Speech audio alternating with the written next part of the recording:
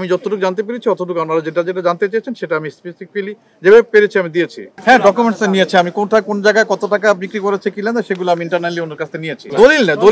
দলিলটা তো আমি পাবো না, দলিল কোনো সেই আমি সেটা করিনি। গত মিলাদের দিন আমাকে শিল্পী সমিতির পক্ষ থেকে একটা গুরু দায়িত্ব দেওয়া হয়, যেটা হচ্ছে 3 দিনের মধ্যে একটা আলটিমেটাম দেওয়া হয় যে 3 দিনের মধ্যে আপনার কিছু কিছু ব্যাপার একটা জানতে চাওয়া হয় যে সেটা আপনি আমাদের কাছে উত্থাপন করবেন। তো আমি আলহামদুলিল্লাহ যে আমি 3 দিনের মধ্যে আমি আমার মতো করে তদন্ত রিপোর্টটা তৈরি করে দিয়েছি। এখন ওনারা সেটাকে একটু ভেরিফাই করবেন যে আমি কোথাও ভুল করেছি কিনা।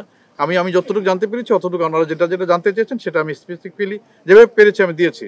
এটা আমার দায়িত্বটা আমি আজকে 3 দিনের মাথায় দিতে পারছি আলহামদুলিল্লাহ। আর সেকেন্ড থিং হচ্ছে কি, মনি যেটা জানতে চাইছিল যে রিপোর্টের ব্যাপারে কি করতেছে, রিপোর্টটা জানতে চাইছিল যে রিপোর্টটা করছো কিনা।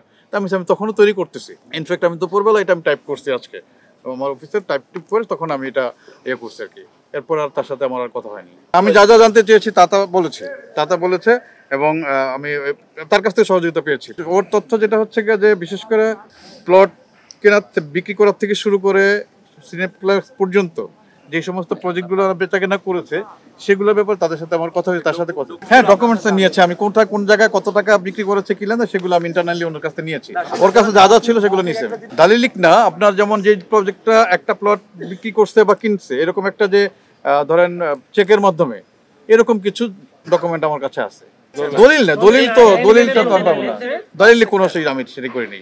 এটা আমি আমার মতো দিয়েছি। যখন আবার যদি শিল্পী সমিতি মনে করে এটা আরো এলাবোরেটলি লাগবে তখন ওনারা আমাকে বলবে, তখন আমি আবার চেষ্টা করব। আমি আমার মতো করে দিয়েছি, ওনারা দেখবে, দেখে তারপর ওনারা আমাকে বলবে।